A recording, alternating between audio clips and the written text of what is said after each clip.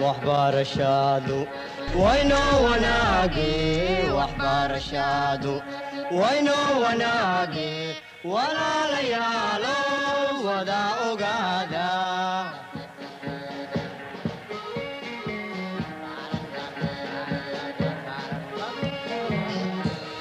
وهي تعلينتا ودد توسن وهي تعلينتا ودد توسن. Je me présente d'abord, je m'appelle M. Ahmed Mohamed Moussa, conseiller pédagogique et concepteur de manuels au CRIPEN.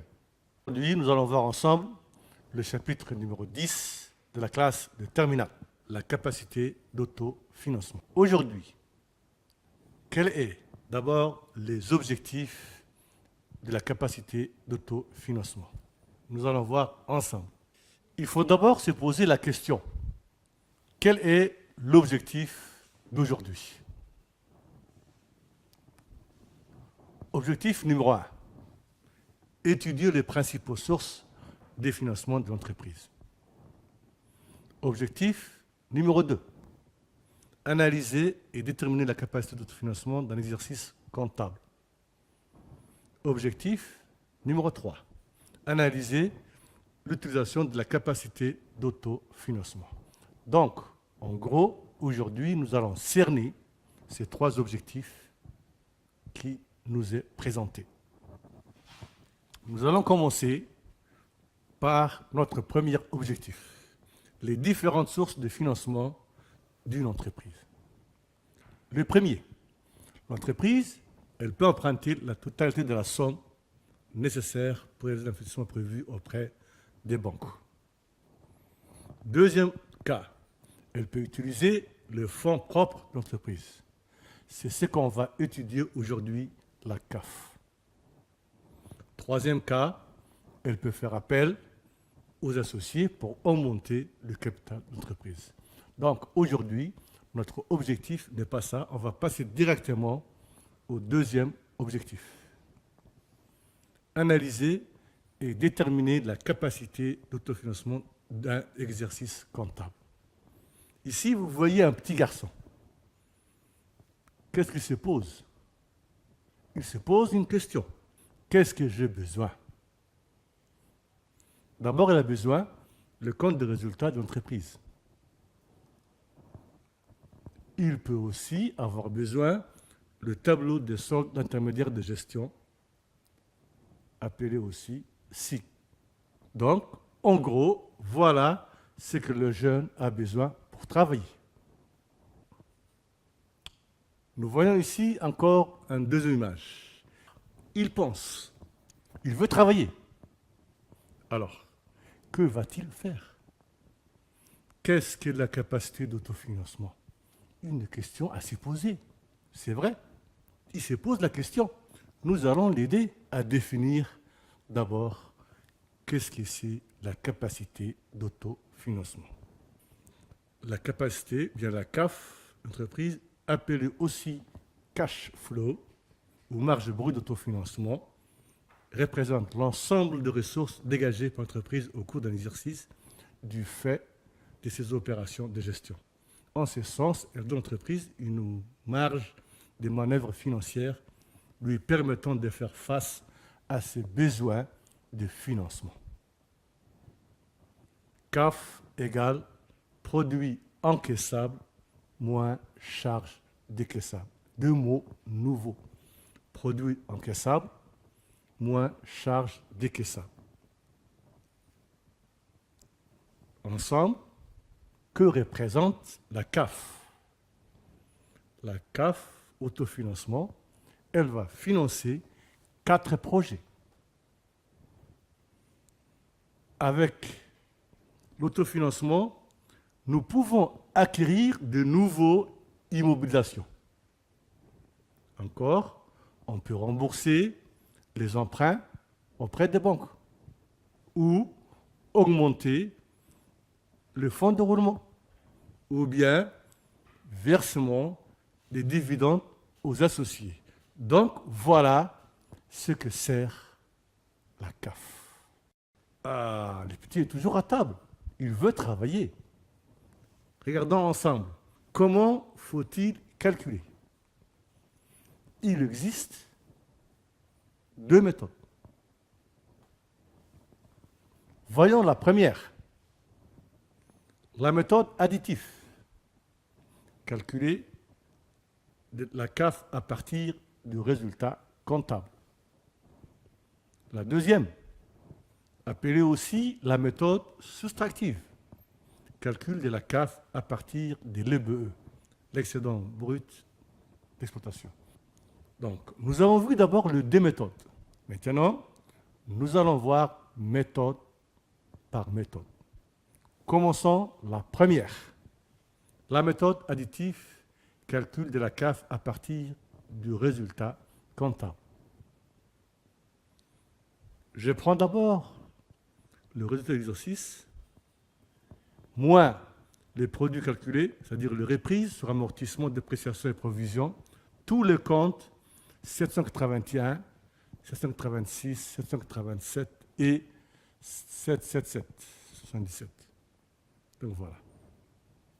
Ensuite, moins le produit des cessions d'éléments actifs, le compte 775, plus les charges calculées, dotations, amortissements et provisions, 681, 686, 687 et 677, plus valeur comptable des éléments actifs cédés, égale capacité d'autofinancement de l'exercice.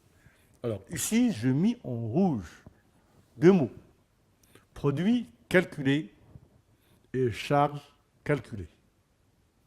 On va voir ensemble la définition. Qu'est-ce que c'est les produits calculés? Les produits calculés sont les produits non encaissables. Non encaissables. Pourquoi? L'amortissement, chaque fin d'année, on enregistre sous le nom de 681, par exemple, amortissement d'un véhicule. Mais il n'y a pas d'argent, il n'y a pas d'encaissement. Donc, c'est une charge calculée non encaissable. Ce sont les reprises, par exemple, sur l'amortissement et dépréciation. Charges calculées non encaissables, ce sont les dotations aux amortissements, dépréciation, provision et la valeur comptable des éléments d'actifs cédés. Donc, c'est de là que ce soit produit calculé ou charge calculée. Maintenant, passons au vrai travail. Nous avons ici un compte des résultats de la menuiserie Bilal. Alors, si je me rappelle très bien, nous avons dit on commence à partir de quoi? À partir du résultat de l'exercice. Nous avons ici devant nous un tableau. Ce tableau s'appelle le compte des résultats de la menuiserie Bilal. Donc, j'ai mis en rouge, nous allons rapidement le faire. Alors, le résultat de l'exercice, moins produit calculé, moins produit des éléments actifs cédés, PEAC, plus charge calculée, plus VAC, valeur des éléments actifs cédés, égale la capacité d'autofinancement. Les résultats étaient 1 689 990. Les produits calculés, c'est-à-dire les amortissements, les reprises sur les amortissements, c'était 465. Il y avait un produit d'éléments actifs cédés, 157 200.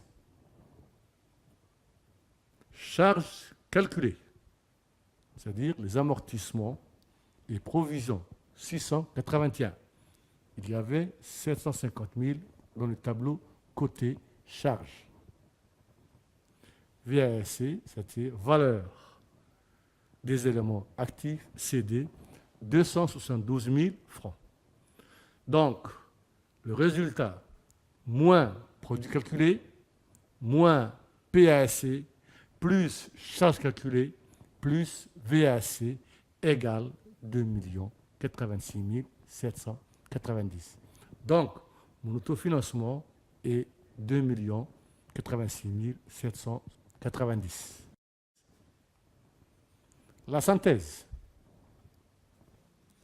Résultat de l'exercice plus les charges calculées moins produit calculé égale capacité d'autofinancement CAF. Donc, nous avons clôturé la première partie méthode additive. Nous allons maintenant passer à la méthode soustractive. La méthode soustractive calcule de la CAF à partir de l'EBE. L'EBE, j'ai trouvé où? Dans le cycle. Vous devez avoir votre solde, le tableau des soldes d'intermédiaire de gestion. EBE plus autres produits encaissables d'exploitation. Le compte 75. Tout ce qui commence par 75. Plus transfert de charges d'exploitation. Compte 791. Plus les produits financiers, attention, encaissables. Exclure les comptes 775, c'était quoi? Qui se rappelle? PEAC, c'est-à-dire produit des éléments actifs cédés.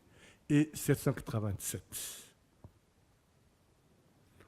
Moins autres charges décaissables d'exploitation, compte 65. Moins charges financières décaissables, le compte 66. Il faut exclure le compte 675, c'est les VEAC, valeur des éléments d'actifs cédés. On revient d'abord ce qui sera en rouge, mais d'abord on termine ça. Moins charges exceptionnelles décaissables, compte 67. Moins participation aux salariés aux résultats, compte 51. Il y a des entreprises qui donnent une participation à leurs salariés. Donc, s'il y en a, vous les faites. S'il n'y en a pas, dans votre compte de résultats, il ne faut pas inventer. On passe au dernier, moins impôt sur les bénéfices, compte 695, égale capacité d'autofinancement. Je reviens d'abord à ce qui est maintenant en rouge. 786, 787, 686, 687. C'est quoi? Nous avons déjà vu avant. C'est les charges calculées et les produits calculés. 686, c'est dotation aux amortissements, provisions pour les éléments financiers. 687, c'est dotation, provision pour les éléments exceptionnels. Donc, dans le cas, l'autre côté, 786 et 787 correspondent aussi. Donc, le 6, c'est les charges calculées en rouge, et le 7, c'est les produits calculés. Donc, il faut l'exclure. On continue. Alors, comment maintenant on va utiliser notre CAF? Je vous laisse quelques minutes à lire.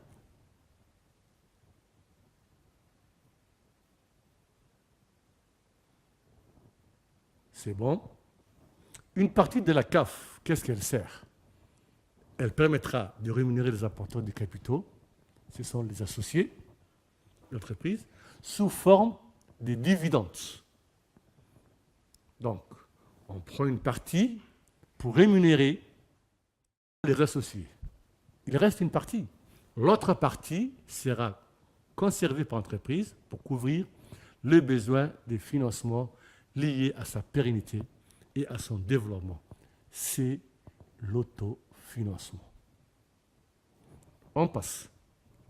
Alors, autofinancement égale la CAF que vous avez calculée moins les dividendes versés aux associés. Donc, attention, ne confondez pas la CAF et l'autofinancement. Donc, la CAF, c'est l'ensemble. L'autofinancement, c'est la partie de la CAF qui va servir l'autre partie après avoir payé les dividendes aux associés. Donc, on va récapituler la leçon d'aujourd'hui. La leçon d'aujourd'hui concerne la capacité d'autofinancement. L'autofinancement, c'est la partie CAF moins la partie versée aux associés qui servira à l'entreprise. Il convient à vous de s'entraîner et de maîtriser les deux méthodes.